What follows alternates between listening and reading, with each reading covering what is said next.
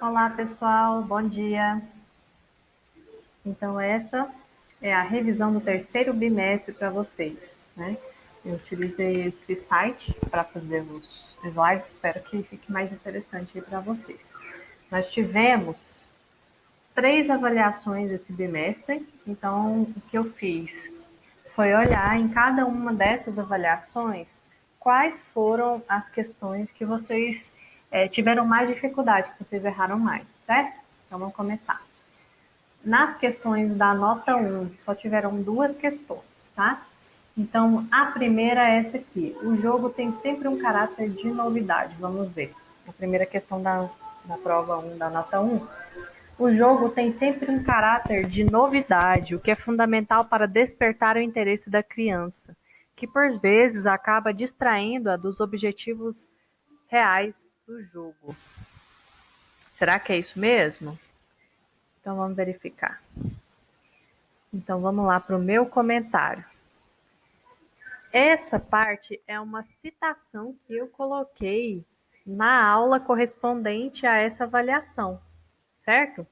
Então a gente pode observar que essa citação, ela é verídica, a gente pode observar isso em nós mesmos, quando, por exemplo, eu chego na sala de aula e proponho a gente ir para a quadra e fazer algum jogo. Vocês ficam muito mais animados em a gente ir para a quadra e fazer um jogo do que eu ficar dando aula teórica, não é mesmo?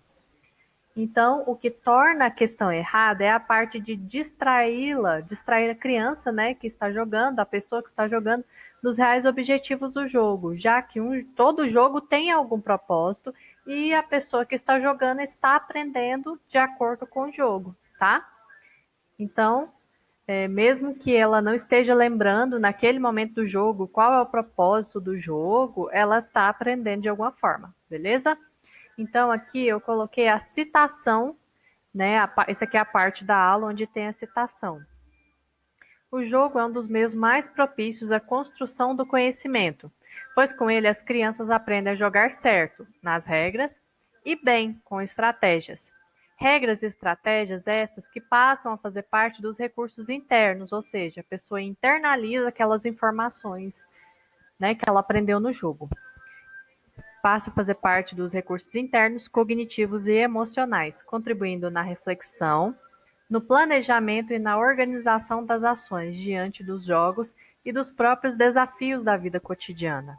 Além disso, o jogo tem sempre um caráter de novidade, o que é fundamental para despertar o interesse da criança. E à medida que vai jogando, a criança vai se conhecendo melhor, construindo interiormente o seu mundo segundo as normas do mundo exterior. Beleza? Então, essa foi a primeira questão. E agora a segunda questão. Fala sobre a globalização, né? A globalização tem dificultado a disseminação de diferentes esportes pelo mundo, sendo esportes ou jogos, né? O meu comentário, muito pelo contrário, a globalização tem facilitado essa disseminação de jogos, esportes, cultura por todo o mundo. Basta a gente ver a facilidade do acesso à informação que a gente tem hoje em dia. Essa troca de informações entre diferentes povos e culturas tem se tornado cada vez mais fácil e dinâmica com os avanços tecnológicos. Então, assim a gente encerra as questões da primeira avaliação. Vamos para a segunda avaliação. Aqui a gente tem, acho que, 8 questões. Então, vamos lá. São questões, algumas são de lacunas e outras eram de múltipla escolha. Pode ser utilizado com o intuito de melhorar uma técnica específica de algum esporte, um fundamento do futsal, por exemplo. Ou pode ser utilizado para finalidade de diversão. Pode haver competição, porém não é a finalidade principal desse tipo de atividade. Aqui a gente estava falando de jogos pré-esportivos. Por exemplo, quando você vai brincar de golzinho, ali você está fazendo um jogo pré-esportivo, é um recorte do futsal, né?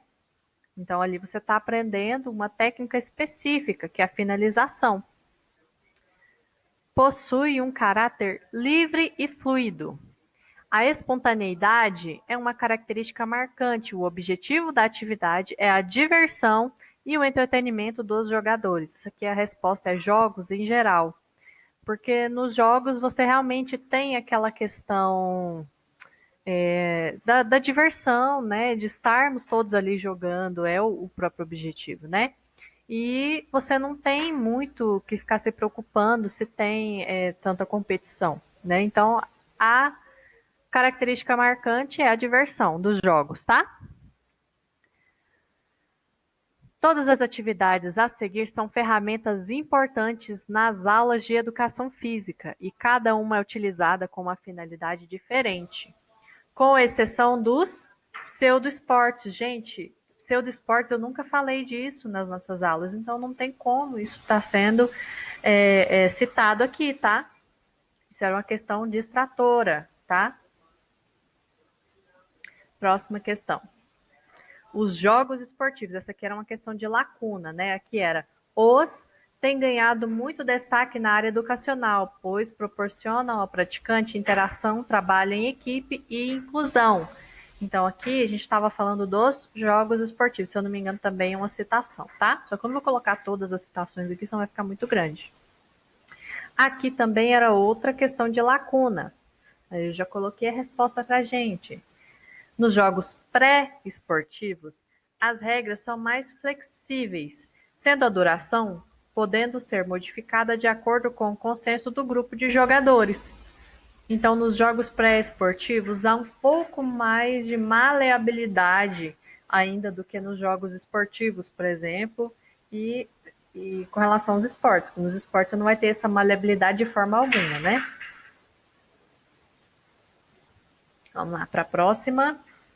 Essa daqui era de múltipla escolha. Estes são baseados nos esportes e a competição é uma característica marcante. A diversão está presente, porém, toma uma proporção muito menor do que a disputa. Normalmente é introduzido em ambientes de competições não oficiais e quando se deseja ensinar algum esporte. Lembra que eu falei que quando a gente vai ensinar algum esporte, a gente faz um jogo esportivo antes? E a gente adapta algumas regras, né? Dá ênfase a algumas regras, outras a gente deixa mais para depois. Então, são pequenas adaptações que a gente faz, mas a competição ainda está lá. Então, são os jogos esportivos. Essa aqui também era uma questão de lacuna.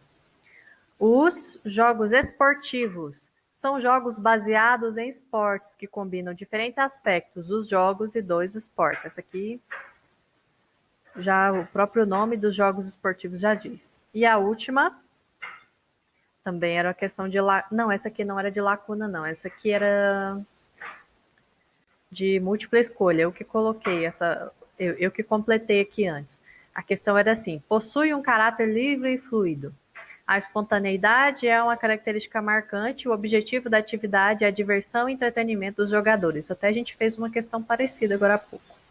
Então, aqui a gente estava falando do jogo. Então, vamos lá para a última avaliação. Então, a nota 3, são só 2 questões. Aqui era de certo e errado, vamos lá. É necessário trabalhar as potencialidades de cada jogador, porém, também é importante saber reconhecer quando o jogador não tem boas habilidades e não colocá-lo no time principal. Gente, eu não falei esse momento nenhum, né, da aula. O que eu coloquei lá foi o seguinte: a gente precisa trabalhar as potencialidades de cada jogador para melhor aproveitá-lo no jogo. Então, aqui, a resposta é errada. Estamos falando, nessa aula que era sobre jogos cooperativos, né, foi a última aula. Jogos cooperativos e estratégias de equipe. Então, estamos falando em jogos cooperativos, em inclusão. As potencialidades de cada jogador devem ser trabalhadas e não a exclusão. E a última questão. Conhecer o local do jogo e as características do time adversário são aspectos irrelevantes, ou seja, não são importantes na hora de escolher a tática. Essa questão está errada, tá? É uma alternativa errada. Então, aqui eu trouxe para vocês uma partezinha da aula, eu recortei e coloquei aqui para vocês só para lembrar. E o conhecimento das regras do jogo, do adversário que será enfrentado na próxima partida, do local do jogo e etc., são aspectos importantes a serem levados em conta quando as táticas de jogos forem escolhidas e o preparo dos jogadores for iniciado. Essa frase aqui cortou, mas ela não vai fazer diferença nesse contexto, tá? Beleza, a gente acabou a nossa revisão. Agora é só ir para a prova de recuperação. Então, estude antes da prova de recuperação, tá, gente? Por favor, não vamos partir para a prova de recuperação sem estudar. Se você tiver alguma dúvida, entre em contato comigo, estou à disposição. Gente, bons estudos, boa prova para vocês. Até mais.